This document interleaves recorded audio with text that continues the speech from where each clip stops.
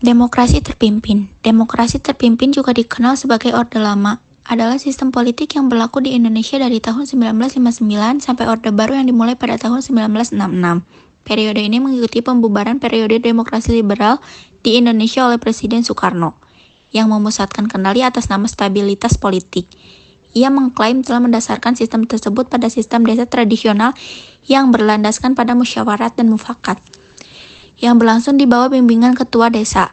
Namun, tingkat nasional ini berarti pemerintahan terpusat di bawah Soekarno. Darurat militer, pengangguran besar-besaran terhadap kebebasan sipil dan norma-norma demokrasi, dan TNI dan Partai Komunis Indonesia bertindak sebagai blok-blok kekuatan utama. Latar belakang dicetuskannya sistem demokrasi terpimpin oleh Presiden Soekarno. Dari segi keamanan nasional, banyaknya gerakan separatis pada masa demokrasi liberal menyebabkan ketidakstabilan negara.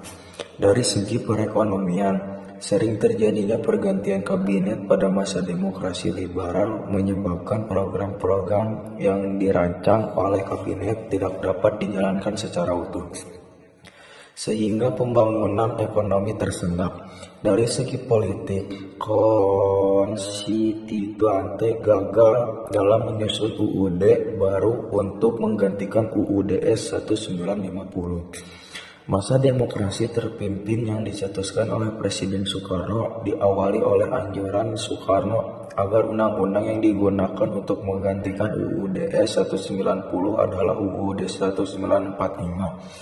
Namun usulan itu menimbulkan pro dan kontra di kalangan anggota konstituante. Sebagai tindak lanjut usulannya, diadakan pemungutan suara yang diikuti oleh seluruh anggota konstituante. Pemungutan suara ini dilakukan pada 30 Mei, 1 Juni, dan 2 Juni 1959.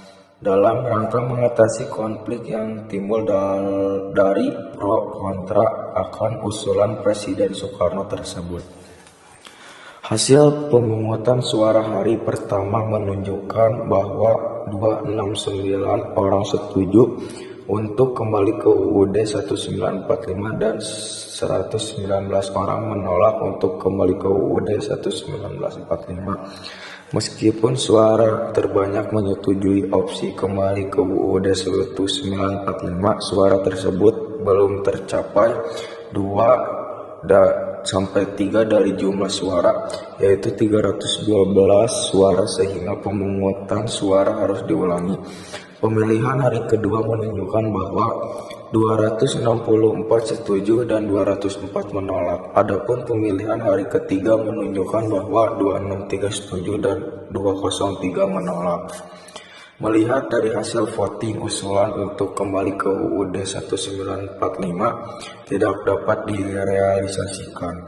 Hal ini disebabkan oleh jumlah anggota konstituante yang menyetujui usulan tersebut tidak mencapai 2/3 bagian seperti yang telah ditetapkan pada pasal 137 UUDS 1950.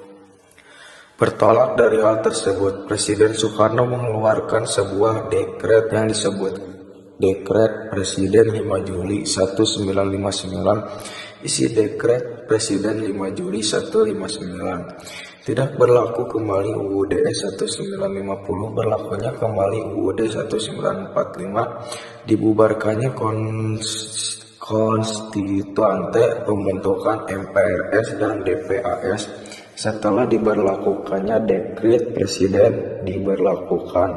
Keterlibatan militer dalam politik dan lembaga politik kian meluas. Pada